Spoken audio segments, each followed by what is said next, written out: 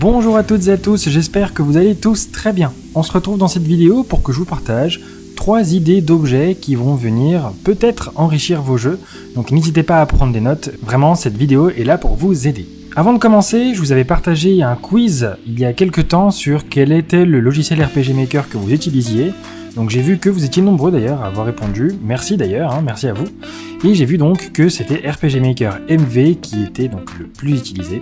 Et donc je vais partir sur ce logiciel pour vous expliquer ce tutoriel. Et bien commençons tout de suite avec le premier objet. Le premier objet que je veux vous montrer, c'est un peu l'objet du journal de l'aventurier. Donc en fait, c'est une espèce d'objet qui va permettre au joueur de savoir où est-ce qu'il en est dans sa quête principale. Donc là, on n'est pas vraiment dans les scripts que peuvent proposer les différents codeurs sur internet, sur vraiment un système de suivi de quête. Là, c'est vraiment quelque chose d'ultra simplifié sur en fait un suivi de quête, la quête principale, et savoir où est-ce qu'on en est justement pour que le joueur puisse suivre un peu le développement de son histoire principale. Alors, donc moi j'ai ficelé un peu, je me suis entraîné aussi pour préparer cette vidéo à comment vous expliquer ce tuto, mais pour que les choses soient aussi beaucoup plus claires pour vous, je vais commencer de zéro. Alors, je vais faire un tout nouveau projet. C'est parti. Alors, comme je vous l'ai évoqué, le premier objet que je voulais vous présenter, c'était un système de journal de l'aventurier, un journal un peu de quête, mais seulement pour une quête principale, quelque chose qui est assez simple et que le joueur pourra garder donc dans son inventaire. Pour cela, on va tout d'abord créer l'objet.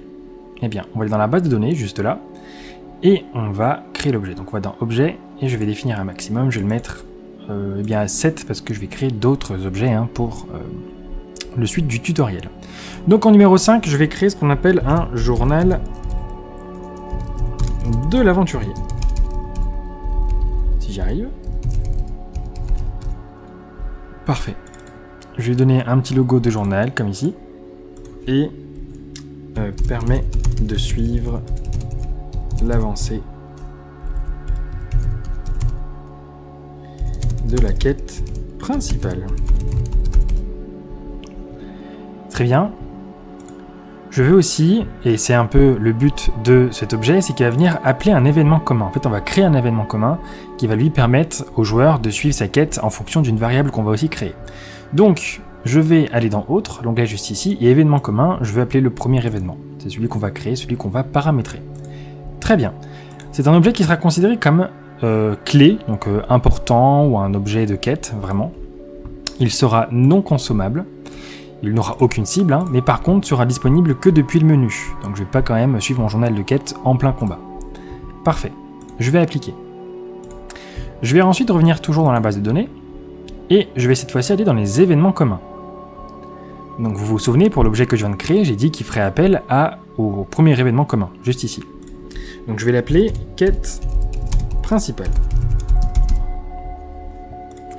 Et donc ici, je vais permettre, en fait, en fonction d'une condition qu'on va paramétrer, permettre au joueur de savoir où est-ce qu'il en est. Pour cela, je vais faire une toute première condition. Donc, vous avez vu, donc j'ai inséré une nouvelle commande d'événement et je vais faire une condition. Donc, si la variable numéro 1, qu'on va appeler aussi quête principale,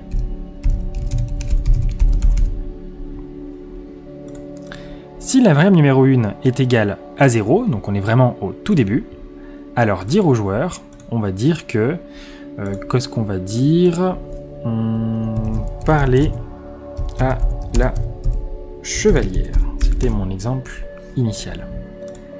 Au milieu de l'écran, son nom. Parfait.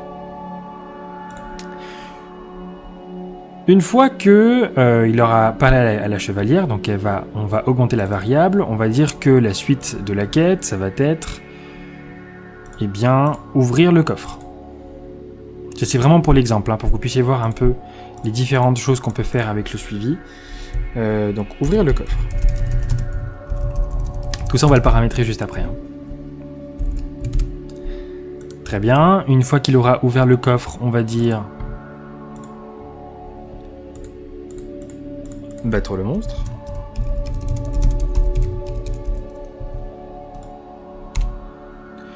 Et je pense que ce sera pas mal comme ça, pour que vous puissiez un peu voir. Alors ici, j'ai oublié de mettre une branche conditionnelle. Donc une condition, et la variable sera égale à 2. Voilà, comme ça on aura fait la suite. Et ça va venir juste ici. Très bien. Donc vous avez vu, si la variable est égale à 0, alors il faut tout de suite qu'il aille parler à la chevalière. Égal à 1, ouvrir le coffre. Égal à 2, battre le monstre. Donc en fait, la quête principale va se baser sur le numéro de la variable qu'on va mettre pour le développement de la quête principale. Donc mon héros, lui, dans son histoire, il va popper juste ici. La première chose qu'il aura à faire, je veux bien quand même un petit chemin, voilà, c'est tout d'abord ouvrir le coffre. Il sera là.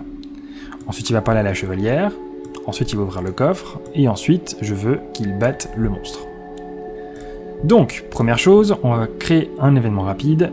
Je veux un trésor, et un trésor qui donne le journal de l'aventurier directement au héros.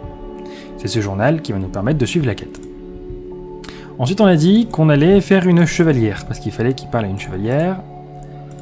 Alors, est-ce que j'ai une dame? On va mettre cette dame-là. Très bien. Merci de m'avoir parlé.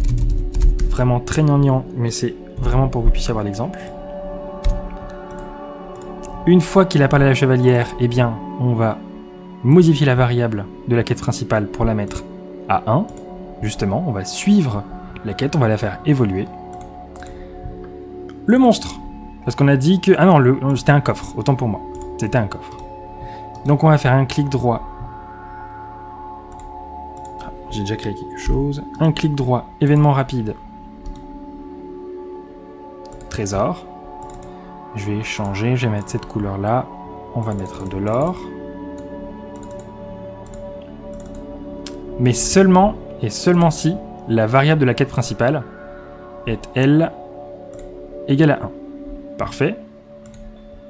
Mais aussi, une fois qu'il aura ouvert le coffre, je veux qu'on continue, qu'on continue en fait dans la quête principale, et je veux que la valeur initiale de la quête principale passe à 2. Donc vous vous souvenez, j'avais dit que d'abord il fallait qu'il parle à la chevalière, puis qu'il ouvre le coffre, et ensuite qu'il batte le monstre. Hop là, le monstre, on va faire une petite apparence de monstre, on va mettre une chauve-souris, très bien, parfait. Quand il va parler à la chauve-souris, je veux tout de suite que ça me lance un combat. Alors, où est-ce qu'il est l'onglet combat? Je veux que ça me lance un combat. Démarrer un combat, c'est juste là. Tiens, chauve-souris, c'est parfait. Et une fois que c'est bon, on va passer au suivant. Tiens, on va mettre même un 4e. On va mettre une modification de la variable. On va passer au 3, tant qu'à faire. Donc je reviens, vous vous souvenez, dans mon événement commun, base de données, événement commun. Et je veux faire une 4e branche même. Cette fois-ci, quand la variable est égale à 3, je veux que mon journal me dise bravo.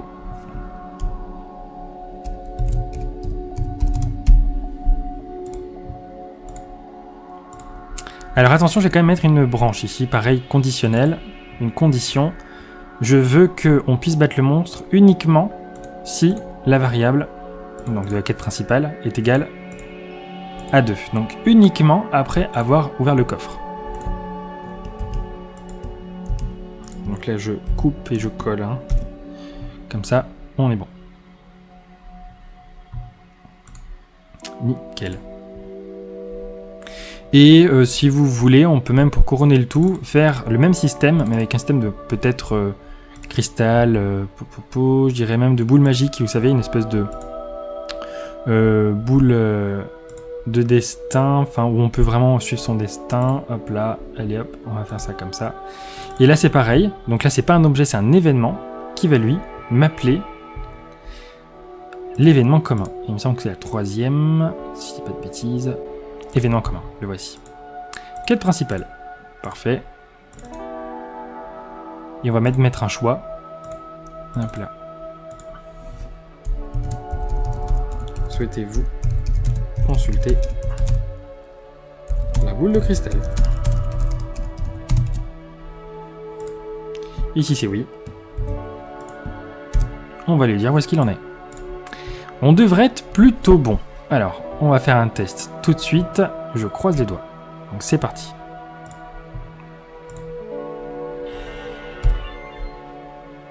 Alors, tout d'abord, on avait dit qu'on voulait avoir le fameux journal. Donc le journal de l'aventurier. Donc là, normalement, quand j'ouvre mon item, enfin en tout cas mon menu, Je vois qu'il n'est pas dans les objets, c'est bien un objet clé.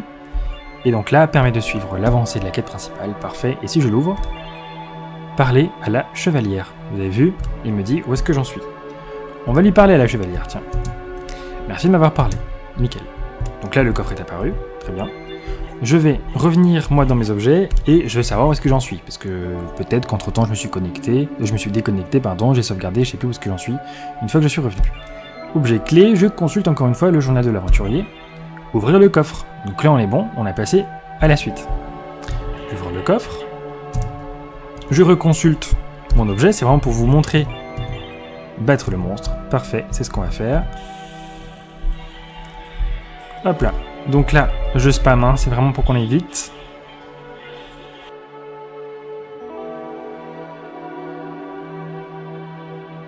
Donc là, c'est bon, on vient de battre le monstre. Je rouvre mes objets. Objet clé, bravo. Et donc là, normalement, c'est pareil. Si je consulte la boule de cristal, souhaitez-vous consulter la boule de cristal? Oui, bravo. Et donc voilà, ça c'était la première idée d'objet que je voulais vous proposer pour que vous puissiez enrichir vos jeux. C'était le journal de l'aventurier / la boule de cristal. Le deuxième type d'objet que je voulais vous montrer, vous proposer, c'était le transmutateur. Un transmutateur, c'est une espèce d'objet ou une machine qui vous permet de transformer un objet en un autre.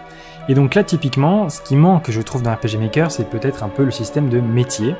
Et donc là, je me suis dit, autant créer un outil qui permet aux joueurs de transformer un certain type d'objet en un autre. Donc pour cela, je vais créer une nouvelle map. On va marquer le coup. Parfait. Je veux que ce soit en intérieur.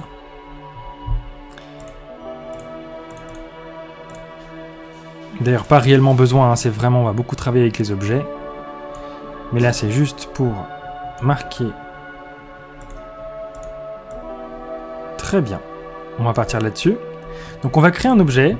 On va dire que on va faire un espèce de mortier. Un mortier, vous savez, c'est l'espèce d'outil qui permet de transformer des herbes ou des éléments en poudre, vraiment.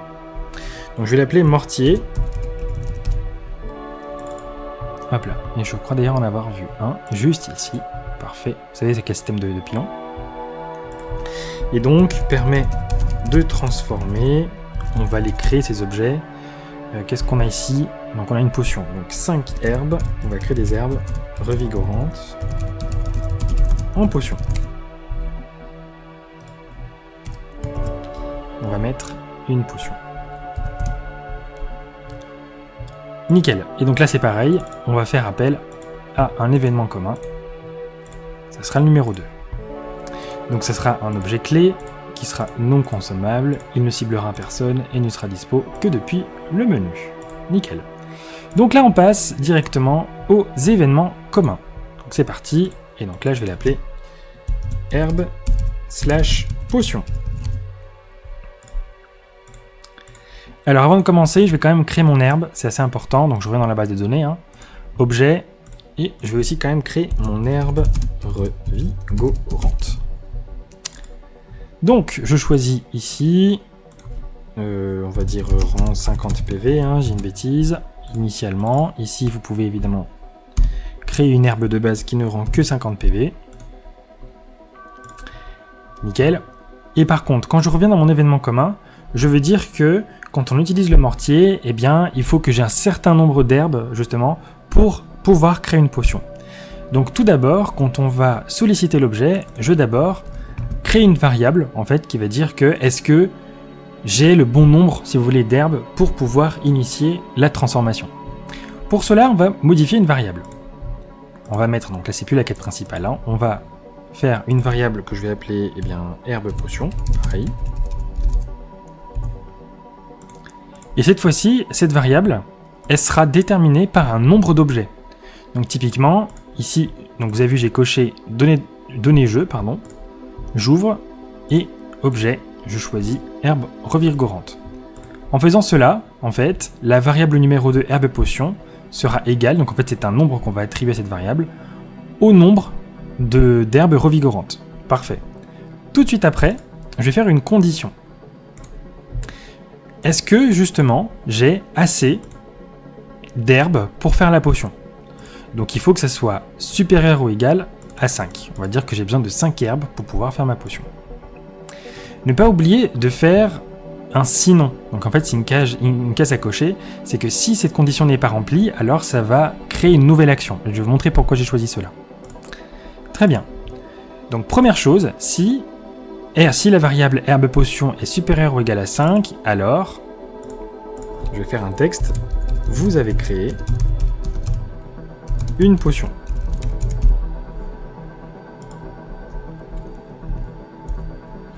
Évidemment, je vous conseille de faire un petit typologie avec des petites couleurs, par exemple. Donc ici, pour l'exemple, je vais mettre une petite couleur verte. Hop là. Nickel. Pour être soigné, je vais ici remettre en couleur d'origine. Mais avant cela, il faut quand même évidemment que je modifie les objets en possession du joueur. Donc je vais d'abord lui retirer, donc diminuer 5 herbes revigorantes pour ensuite lui ajouter une potion. Donc augmenter une potion. Parfait. Avant cela, je vais quand même demander le choix au joueur s'il souhaite bien créer une potion. Souhaitez-vous transformer 5 herbes revigorantes en une potion?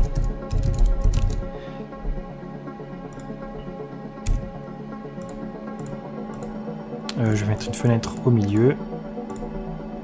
Hop là. Alors évidemment, n'hésitez pas à mettre un peu de couleur, hein, comme tout à l'heure. Très bien. Je vais lui donner un choix. Oui, non. Et ma condition, je la mets dans le oui. Faut pas qu'il y ait de misclick, hein, faut pas que le joueur, une fois qu'il appuiera sur le bouton, que ça transforme automatiquement les objets sans trop lui demander son avis. Et donc, imaginons que le joueur n'a pas ces 5 herbes, il faut aussi évidemment mettre une condition, enfin en tout cas une deuxième action. Donc si la variable n'est pas supérieure ou égale à 5, alors on va lui mettre un texte. Vous n'avez pas assez d'herbes revigorantes.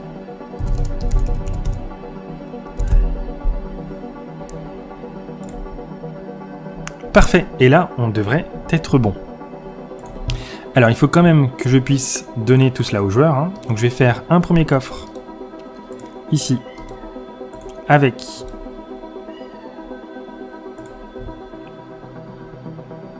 le transmutateur, ou plutôt le mortier, excusez-moi.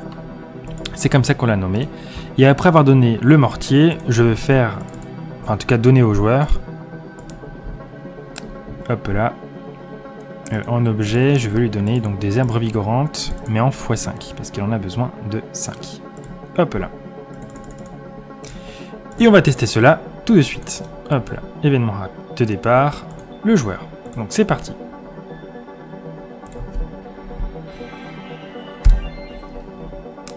Donc nous sommes dans la salle avec les deux coffres. Je vais ouvrir le premier coffre qui va me donner le mortier. Ce mortier, je le retrouve dans mes objets clés comme prévu. Permet de transformer 5 herbes revigorantes en une potion. Et si j'appuie dessus, souhaitez-vous transformer 5 herbes revigorantes en une potion? Oui. Eh bien, vous n'avez pas assez d'herbes. Justement, je vais les ouvrir juste après, juste là. Herbes revigorantes trouvées. Et donc là, cette fois-ci, je dois les avoir voilà, dans mon inventaire avec mon mortier. Et là, cette fois-ci, si je choisis le mortier, vous avez créé une potion. Et normalement, cette potion, je la retrouve comme prévu dans mon inventaire. Donc là, c'était une idée pour une potion. Mais évidemment, si vous voulez créer un métier avec des outils, par exemple, imaginons que dans votre jeu, le joueur peut loot des pierres. Imaginons, je sais pas, que c'est un mineur. Eh bien, n'hésitez pas à lui donner des... C'est une idée, hein, vraiment une pioche, par exemple. Avec cette pioche, il pourra casser des objets pour les transformer en d'autres. Donc là, c'est vraiment, je vous ai donné le moyen pour pouvoir créer un peu cet objet transmutateur, transformateur. À vous d'en utiliser comme vous le souhaitez. Et donc là, on va partir sur un troisième type d'objet qui est là beaucoup plus simple. C'est un peu le système de cristal de téléportation. Il se passe beaucoup dans les jeux que eh bien, les cartes sont de plus en plus grandes, le joueur a beaucoup plus de terrain à explorer, et pour se déplacer, eh bien, le moyen ultime est beaucoup plus simple, c'est le fait de créer des téléporteurs. Des téléporteurs ou des cristaux, des objets de téléportation, et donc là je vais vous montrer, c'est assez simple, hein, comment créer ces fameux cristaux de téléportation. Donc, on va dire que chacune de vos villes a des espèces de cristaux qui permettent de ramener le joueur directement à la ville qu'il aura choisie. Donc, ici pour mon exemple, on va dire que le joueur a envie de se déplacer ici. Donc ici ça va être ma ville, et ici ça va être l'objet qu'il va trouver. Mais tout d'abord il va falloir qu'on le crée cet objet. Donc on a toujours besoin de passer via des événements communs. Donc on va passer sur un troisième et on va l'appeler téléporteur. Téléporteur tout court d'ailleurs. Vous pouvez mettre évidemment le nom de l'objet, c'est comme vous souhaitez. Donc une fois que c'est bon, je vais d'abord demander le choix, évidemment, et mettre un choix auprès du joueur pour pas que pareil, via un espèce de misclick ou sans qu'il le veuille, qu'il appuie sur l'objet et que ça le téléporte sans qu'il le veuille. Donc souhaitez-vous vous téléporter vers, et là je vais mettre ville A. C'est vous qui mettez ce que vous voulez. On va lui donner le choix, donc oui ou non. Et s'il dit oui, on va tout de suite le téléporter. Donc là, ça va être mon exemple, ça va être au milieu de ce carré. Avant cela, pourquoi pas mettre une petite animation? Je me dis que ça peut être sympa. Alors, afficher une animation, voilà, c'est le deuxième onglet, juste là. Donc, sur le joueur, et je veux peut-être l'animation de... Alors là, c'est vrai que du coup, j'ai pas l'aperçu. Mais on va dire, allez, au pif, lumière. Et on va attendre la fin. Hop là. Et pour cela, on va créer un objet, évidemment. Je retourne dans la base de données. Je vais faire un nouvel objet. Et je vais l'appeler Cristal Ville A. On va lui donner un petit logo de cristal. Qu'est-ce qui pourrait s'apparenter à un cristal de téléportation? Et on va partir sur cette sphère-là. On va dire que c'est ça. Donc, téléporte le joueur. Téléporte vers plutôt la ville. Ah, nickel. Donc c'est un objet clé, encore une fois, un objet de quête. Pourquoi pas. Il n'est non consommable, ou pas, c'est vous qui voyez. Hop là. Et on peut évidemment ne le faire que depuis le menu, donc pas en combat. Et dans cet objet toujours, je vais appeler un événement commun. C'est le quatrième onglet, événement commun. Et je vais dire que c'est le téléporteur. Nickel. Ici, je vais mettre un moyen de permettre au joueur de recevoir ce cristal. Objet, cristal ville A. Donc imaginons évidemment, donc là je l'ai mis sur la même map, mais c'est vraiment pour vous montrer comment s'en servir. Évidemment, vous pouvez faire plein d'autres maps, via une ville, une autre map, c'est vous qui voyez.